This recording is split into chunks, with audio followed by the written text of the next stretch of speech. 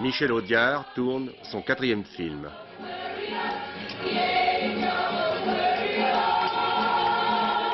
Mon film s'appelle Le Paumé.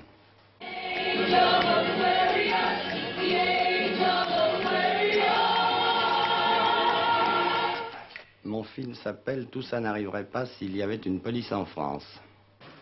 L'idée de la musique te vient parce que tu la musique était un peu forte, alors ça m'empêchait de dormir, je me suis permis de... Oui, en fait, c'est l'idée, c'est parce que tu entends tout d'un coup cette musique que ce mensonge te vient à l'idée. C'est tout à fait dans l'improvisation. Bon. Le Paumé, non, c'est pas spécialement moi, c'est plutôt le contraire de moi. Le personnage du film est à l'opposé de ce que je suis. Pourquoi il est gentil? D'abord, il est pas gentil, il est très faible. Il n'est pas tellement gentil parce qu'il a des petites tendances à arnaquer son prochain quand même, ce qui n'est pas mon cas. Je suis pas un arnaqueur, je suis un tordu, mais pas un arnaqueur, il y a des nuances. Et puis ensuite, il a vraiment des déboires dans la vie, avec les femmes, avec l'argent, avec les trucs. En général, j'ai pas eu tellement, moi, à me plaindre de ça dans l'existence. Tu peux rien faire pour toi. Rien. Mais moi, je peux faire quelque chose pour toi. Tu vas partager le pain noir. Tu mérites de partager le gâteau. Tu me prêtes 200 francs et je t'associe aux dividendes. Et alors le Paumé dans le film, puisque c'est pas vous, c'est quelqu'un d'autre qui sait. C'est Serrault. C'est un peu comme si tu prenais une assurance vieillesse. Prends-les dans mon sac. Sans indiscrétion, tu comptes aller où faire fortune? On fait fortune n'importe où, c'est pas... Eh bien, ne va quand même pas trop loin. Je te rappelle que la dernière fois, t'es revenu en autostop. Parce qu'il y a une espèce de, il y a une naïveté dans le jeu de Serrault, d'abord qui est un acteur comique extraordinaire, ça, on le sait, mais ça je l'ai pas découvert, on le sait. Mais il y a une naïveté, il y a une gentillesse dans le jeu de Serrault dont j'avais absolument besoin dans ce personnage. Michel Serrault, le Paumé, c'est vous. Ben oui, le Paumé, c'est moi. C'est un rôle de composition. Bon, oui, moi, d'ailleurs, je ne joue que des rôles de composition. Si je jouais les Serrault, ce serait peut-être pas très intéressant. Vous savez, d'abord, moi, je ne vois pas de différence entre les rôles comiques et les rôles dramatiques. Ce sont les histoires qui changent, si vous voulez. Les dialogues, les mots qu'on dit. Mais finalement, bah, c'est la situation qui est drôle ou pas drôle. Mais finalement, je vois pas... Pour le comédien, il n'y a pas tellement de différence. C'est la première fois que vous travaillez avec Michel Audiard. Oui, j'ai déjà tourné, j'ai tourné 2 films, enfin, dont il avait fait les dialogues. J'ai tourné Les pissenlits par la racine, un film de Lautner, et puis un autre film de Carambolage. Il était dialoguiste, donc je le connaissais pour avoir déjà des textes de lui. Et maintenant que vous travaillez sous sa direction, que pensez-vous de lui? Ben, je trouve que ça se passe très très bien parce que, je vous dis, il a une qualité extraordinaire. Il fait tout. Il a fait l'histoire, il a fait les dialogues. Alors, on est en présence d'un monsieur qui connaît à fond et il sait ce qu'il veut. Alors ça, je trouve que c'est formidable. Il n'y a pas d'intermédiaire.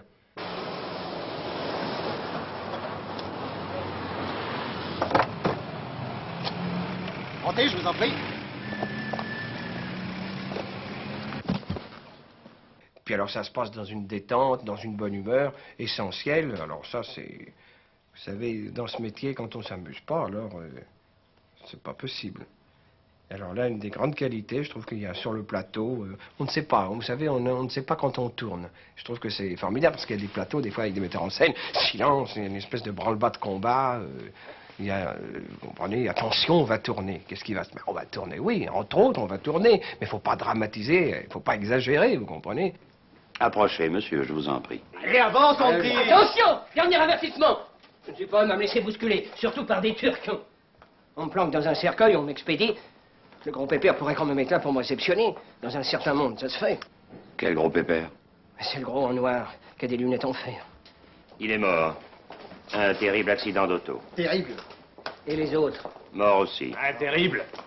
S'il vous plaît, monsieur, où est l'argent? C'est l'éternelle question que tout le monde se pose. Si vous n'y répondez pas, je vais être dans la désolation de vous assassiner. Je dis bien la désolation. L'assassinat a quelque chose de brutal, donc d'extrêmement vulgaire. Mais lorsqu'il s'agit de 10 millions nouveaux, les gens les mieux élevés font des choses vulgaires.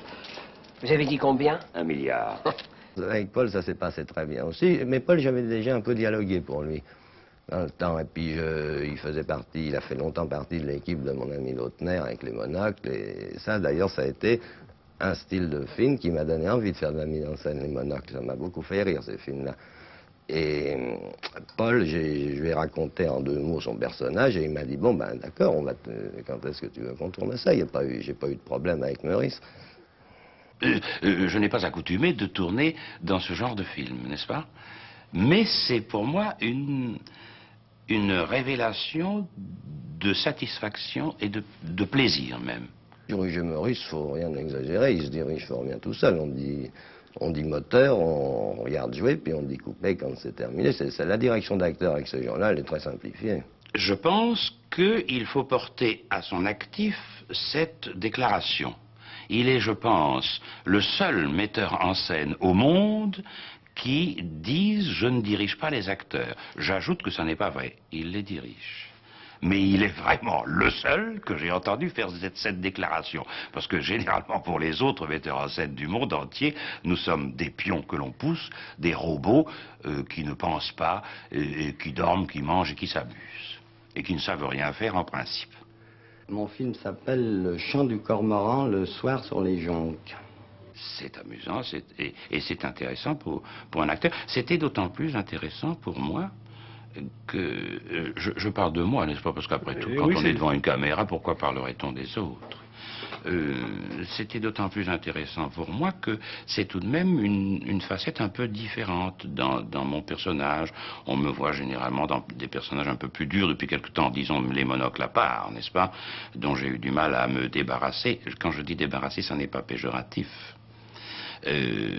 C'était nouveau, c'était une nouvelle facette qui était à faire, à tenter et essayer de le réussir. Ça ne veut pas dire que je le réussirai, mais enfin, je pense que du moment qu'il me l'a demandé, c'est qu'il l'espère.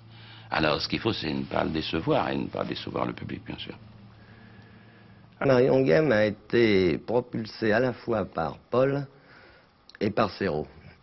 Parce que Serrault venait de tourner avec elle un film de Molinaro. Et Paul jouait avec elle au théâtre tous les soirs. Et quand je cherchais cette espèce d'ingénue, de fausse ingénue, parce que c'est une menteuse, une truqueuse et tout le bastringue, ils ont eu tous les deux la même idée, au fond. Mais ils m'en ont parlé tout à fait séparément. C'est-à-dire, Serrault m'avait dit, tu sais, je viens de tourner avec une fille, Marion Gamme, elle a un œil, elle est marrante, elle joue vite. Et puis Paul m'avait dit, tu sais, moi je me porte comme en égoïenne parce que après tout, mais tu devrais essayer Marion Gamme, c'est sûr, c'est bien fait, c'est du bon travail. Je l'ai piqué à Pierre Brasseur, n'est-ce pas? Il doit m'en vouloir parce qu'elle est tout à fait remarquable. Elle joue avec moi dans Le sale égoïste de Françoise Dorin.